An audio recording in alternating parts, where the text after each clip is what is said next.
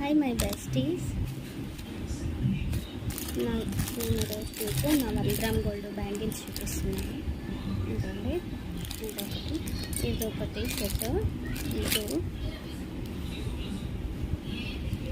ఇట్లా ఉంటుంది వేసుకుంటే. అది తీసుకుని అరౌండ్ 4 years అవుతుంది.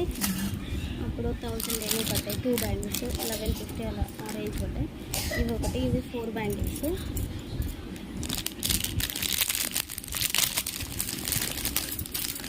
అది 4 బ్యాంగిల్స్.